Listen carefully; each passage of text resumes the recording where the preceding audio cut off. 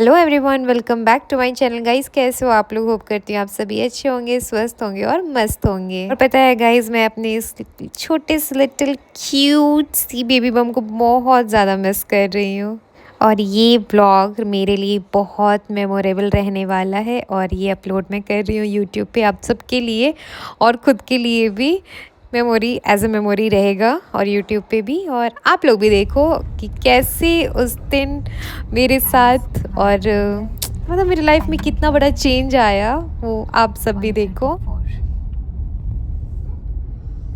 लोग कहाँ जा रहे हैं? और अभी मैं जा रही हूँ अपने फ्लैट से अपने मायके। देखते आगे क्या होता है। लेबर पेन स्टार्ट हो गया है थोड़ा बहुत with fluid discharge. Good night.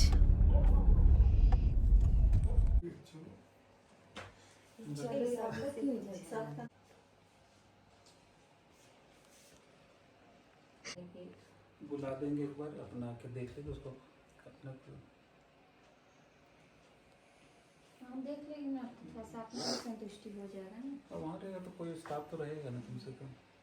तो चलो गाइज, मैं बताती हूँ उस दिन क्या हुआ। तो वैसे तो मेरी डिलीवरी डेट जो ड्यू डेट थी वो थी मेरी 3 to 4, हाँ 3-4 फेब को थी। बट मुझे लेबर पेन आ गया 28 जैन को ही। उस दिन ना मैं सुबह डॉक्टर के चेकअप के लिए भी गई हुई थी। बट चेकअप के बाद मैं जब घर आई तो सब ठीक है, सब कुछ नॉर्मल था। बट रात में मुझे 10 से 11 बजे से ना पेन, मतलब हल्का हल्का पेन, क्रैम्प जैसा पेन स्टार्ट हुआ और ना हल्का सा ब्लीडिंग भी हुआ। हल्का हल्का ब्लीडिंग के साथ मुझे, मतलब ठीक है पेन तो स्टार्ट हुआ बट वो फ्लूइड भी आना स्टार्ट हो गया था। बस हमें लगा कि चलो ये अब हो गया स्टार्ट। तो फिर हम निकल गए फ्लैट से अपने घर के लिए, क्योंकि मेरा सारा सामान वहीं पे था। और फिर सभी घर पे बुला भी रहे थे कि पहले एक बार यहाँ आ जाओ, अच्छे से एक बार समझ लेते हैं क्या है नहीं है। तो बस घर पे पहुँचे और फिर बस 3 बजे रात में मैं हॉस्पिटल के लिए निकल रही हूँ। मैं, मेरी मम्मी और मेरे पति देव अभी जा रहे हैं। पहले वहाँ पे भी हमने कॉल कर दिया था, वहाँ भी सब कुछ रेडी हो गया था। मुझे जो लेबर पेन आई थी ना वो बहुत स्लो स्लो आई थी। मतलब एक किसी किसी को ना, मतलब स्टार्टिंग से ही ना लेबर पेन बहुत ज़्यादा होता है, बट मुझे ना लो फ्रिक्वेंसी वाली थी, मैं धीरे धीरे स्टार्ट हुआ था। और यहाँ हम दोनों पेरेंट टू भी आशीर्वाद ले रहे हैं कि बस अच्छे से सब कुछ हो जाए, भगवान का आशीर्वाद बना रहे और हम प्यारी सी क्यूट सी बेबी को लेकर घर लौटे। मतलब उस वक्त तो नहीं पता था कि हाँ गर्ल है बॉय है, तो चलो अब तो वो पता हो गया। और मम्मी यहाँ पे दही चीनी भी खिला रही है, मुँह मीठा करना भाई बहुत ज़रूरी है।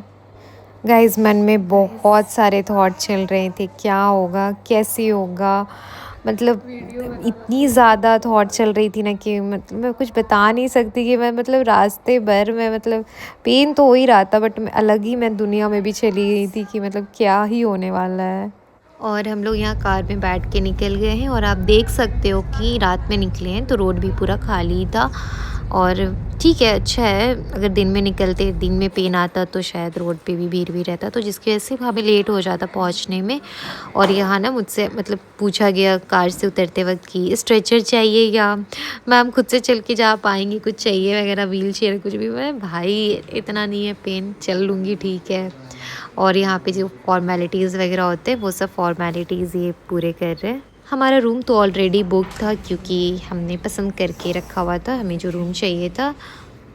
जैन में मेरी डिलीवरी हुई है जिसकी वजह से ठंड भी थी, तो ठंड लग रही थी और सुबह सुबह का भी टाइम था तो ठंड तो लगना ही था। और गाइस, मैं ना मतलब वीडियो के एंड में आपको बहुत अच्छी सी चीज़ बताने वाली हूँ, बहुत स्पेशल और बहुत मतलब सरप्राइजिंग बात बताने वाली हूँ। ये मेरे साथ हुआ ना, मैं भी इस चीज़ पे उस वक्त ध्यान नहीं दे पाई थी क्योंकि मेरा तो पेन में दिमाग चला गया था। लेकिन मुझे जब ये बातें पता चला तो मुझे बहुत ज़्यादा अच्छा लगा। ये सच में गॉड गिफ्ट है मेरे लिए। अभी मुझे इमरजेंसी रूम में बिठाया गया था क्योंकि यहाँ पे कुछ चेकअप्स होने थे, तो चेकअप्स के बाद अब आप देख सकते हो यहाँ मेरे पति देव और मेरी मम्मा बैठी हुई है, मेरे 2 पिलर्स, मेरे लाइफ के सबसे स्पेशल लोग और मेरे सबसे सपोर्टिंग इंसान जो मेरे लाइफ के हैं, ये 2 लोग। ठीक है और भी लोग हैं लेकिन इन दोनों के बिना मुझे नहीं लगता कि मैं जो डिलीवरी में मेरी हुई है ये सक्सेसफुल हो भी पाती। उस वक्त तक मुझे ना ज़्यादा पेन हो नहीं रहा था, तो मैंने कहा मम्मा को कि अभी तुम चली जाओ, जब पेन होगा ज़्यादा और जब डिलीवरी का टाइम आएगा तो तुम्हें फ़ोन कर देंगे।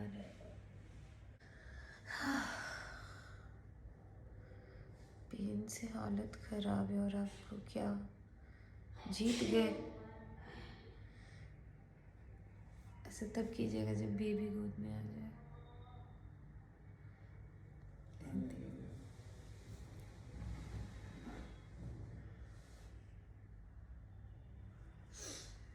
अब समझ में आया कि उसे ऑपरेशन करवाती है, वो ज़्यादा इजी है।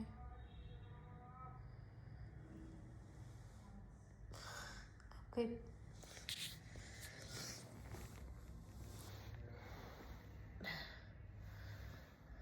ज़्यादा दर्द नहीं करेगा, टेंशन मत, ज़्यादा दर्द नहीं करेगा। नहीं करेगा ज़्यादा दर्द, और कुछ नहीं बोलिए। अब तुमको दर्द नहीं ना हो रहा? फिर वीडियो में खराब आएगा ना, थोड़ा सा स्माइल दे के कीजिए। कहाँ घुमाने लेके जाएंगे? हैं? कहाँ घुमाने लेके जाएंगे? बाली। बेबी के साथ कहाँ घुमाने लेके जाएंगे? बाली। बोलते नहीं ना, तो आप लग रहा है मेरे से डर, आपको डर लग रहा है। हम ही क्वेश्चन पूछ रहे हैं आपसे। नहीं, कहाँ चलना है बताओ। कहाँ चलिए, बोलिए ना कुछ कुछ। नहीं बताओ तो कहाँ चलना है? जाएंगे मनाली, जाएंगे शिमला, जाएंगे आउट ऑफ इंडिया भी। आउट ऑफ इंडिया चलिए तो बोलिए कब कहाँ चलना जाना है? है? कहाँ लेके जाएंगे आप? चलो पहले चलो। बताइए। थाईलैंड लेके चलेंगे। थाईलैंड चलो। लग गया क्या? हाँ। नहीं लेके गए ना तो देखिए वीडियो में प्रूफ है। ठीक है।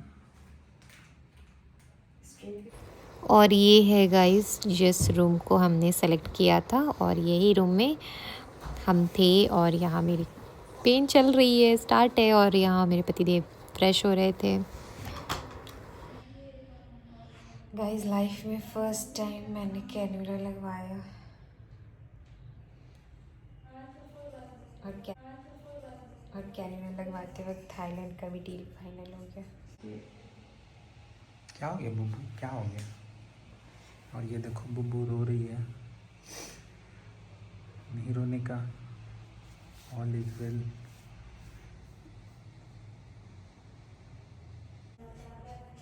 और ये सब किसके लिए? ये रहे बॉस।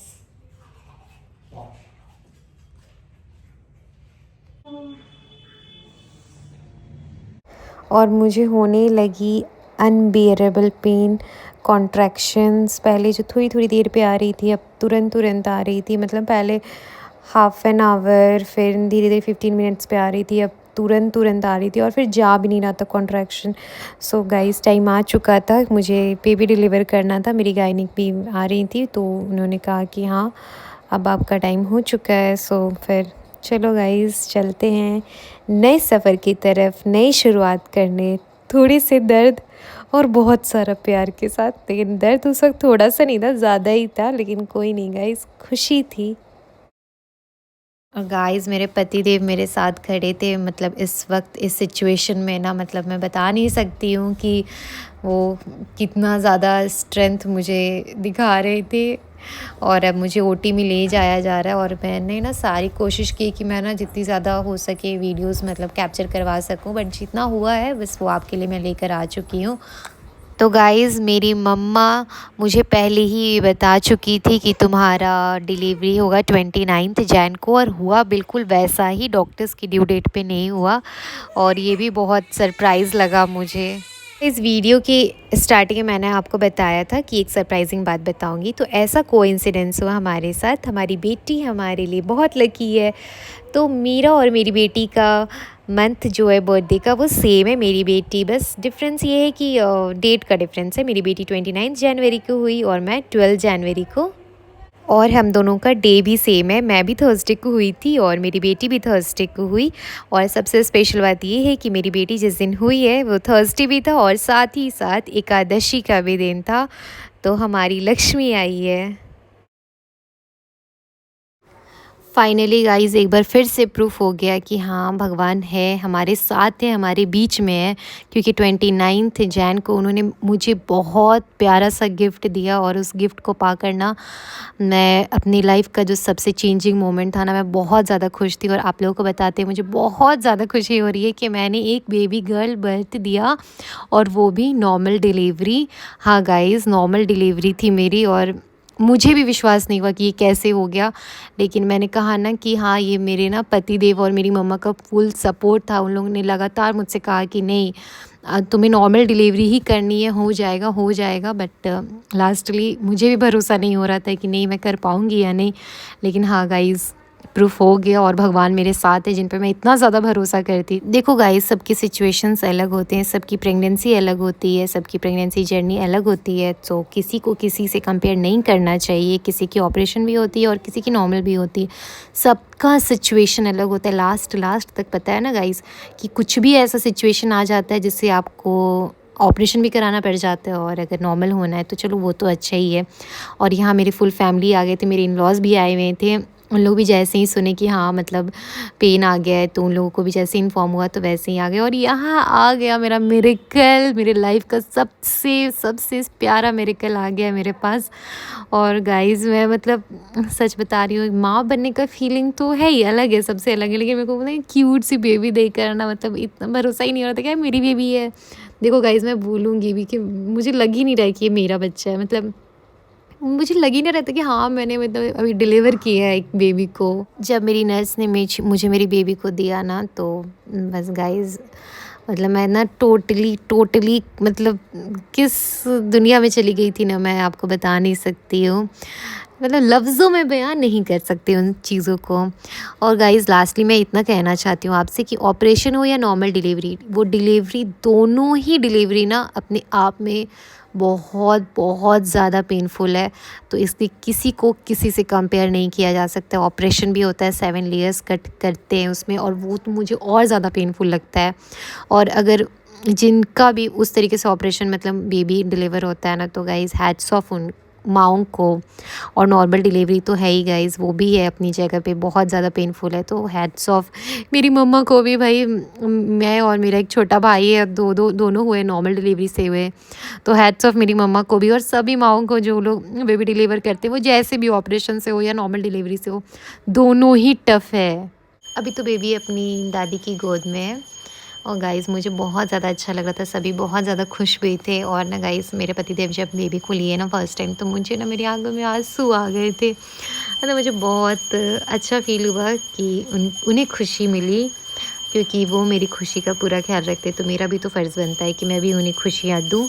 देखो गाइज़, मैंने ना किसी प्रॉपर कैमरामैन को ऐसा रखा नहीं था ब्लॉग बनाने के लिए, बट जितने भी ब्लॉग बने, कुछ लैंडस्केप में बने, कुछ पोर्ट्रेट में बने, बट चलो मैनेज कर लेना गाइज़। और अभी बेबी दादाजी की गोद में है, और नानू भी है। मतलब मुझे दादाजी और नानू अपने फादर इन लॉ को और पापा को बोलते हुए थोड़ा अजीब सा लग रहा है, बट कोई नहीं, ये तो हो जाता है, बेबी होने के बाद चेंजेस तो आ ही जाता है। और गाइस फर्स्ट टाइम गई मेरी बेबी मेरे पापा की गोद में। पापा की गोद में खेलकर मैं बड़ी हुई, और उसी गोद में आज मेरी बेटी गई है। तो ये सबसे अच्छा टाइम था गाइस। बहुत लकी हैं हम लोग, अगर ये सब सिचुएशन अगर हमारी लाइफ में आ रहा है, हमारे मम्मी पापा ये सब देख पा रहे हैं ना, तो बहुत ज़्यादा लकी है। सच बताऊँ तो मेरे हबी को ना बेबी गर्ल ही चाहिए थी हमेशा से, क्योंकि मैं ना कृष्ण भगवान की फ़ोटोज़ मंगवाती थी, तो वो कहते थे साथ ही साथ राधा जी की भी फ़ोटोज़ मंगाओ। आने में लेट हो रही थी, लेकिन उन्हें लगा कि मैंने नहीं ऑर्डर किया है, बट उन्हें ना हमेशा से मतलब बेबी गर्ल ही चाहिए थी, इसलिए उनकी विश भी पूरी हुई और साथ ही साथ मेरी भी विश पूरी हुई। हमारा मिनी वर्जन आ गया।